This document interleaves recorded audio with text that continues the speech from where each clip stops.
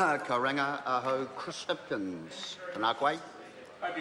I think it says everything about the current government's priorities, that at a time when the economy is in serious difficulty, when they've got riots at privatised prisons, when they've got charter schools falling over, when they're hocking off state houses, when they're literally driving pensioners out of their homes,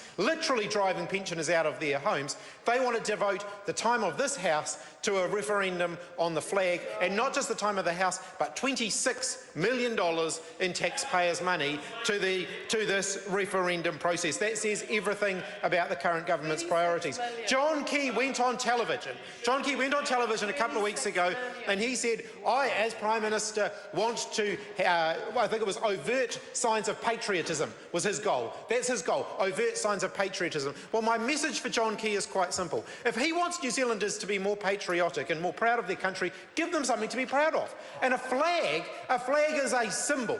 But actually what governments do is far more important. There have been moments where New Zealand Prime Ministers on both sides of the House have inspired New Zealanders to be proud of their country. David Lange stood up at the Oxford Union debate, and regardless of what flag it was under, he made New Zealanders proud to be New Zealanders. When Helen Clark stood up and took on the boat people, the Tampa boat people, she made New Zealanders proud to be New Zealanders. And I've got to say, as a New Zealander, that I was proud of New Zealand when Jim Bolger and Doug Graham and those other people on the National Party side were leading the treaty settlements process. That made me proud to be a New Zealander. That wasn't involving a flag, that was involving genuine action by government that made New Zealanders proud. So my message to John Key is, if he wants New Zealanders to be more patriotic and proud of their country, give them something to be proud of. And it's not going to be kicking pensioners out of their state houses like this government is. It's not going to be turning the other way when our primary producing industries struggle in the current economy, which the national government are turning a blind eye to. Those things aren't going to make New Zealanders proud, and a simple referendum on a change of flag isn't going to make New Zealanders proud at the moment, not at a time when there are so many other things New Zealanders are worried about. I've been very clear all along.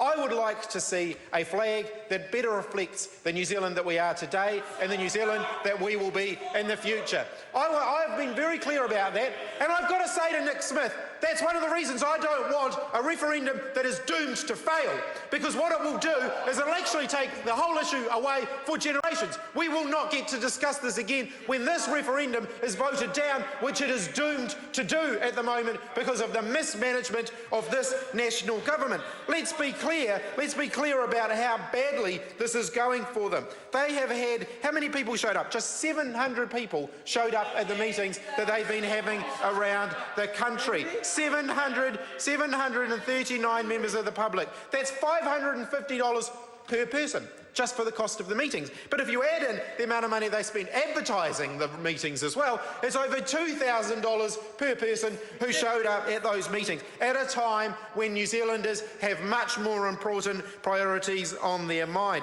They sent out 1.6 million postcards. Only 15,000 of those were returned. That's $93 per postcard returned. That is the cost that we're talking about. These are not trivial sums of money at a time when there are so many other things that New Zealanders want their government to be spending money on. But of course, New Zealanders have come to accept waste as part and parcel of this government. And finally, I want to talk to Tim McIndoe, who gave a very good speech. And I want to commend him for his speech. And he spoke about veterans of of both world wars and his relations who were veterans of both world wars. And I say to him, I admired the contribution that he made to this debate.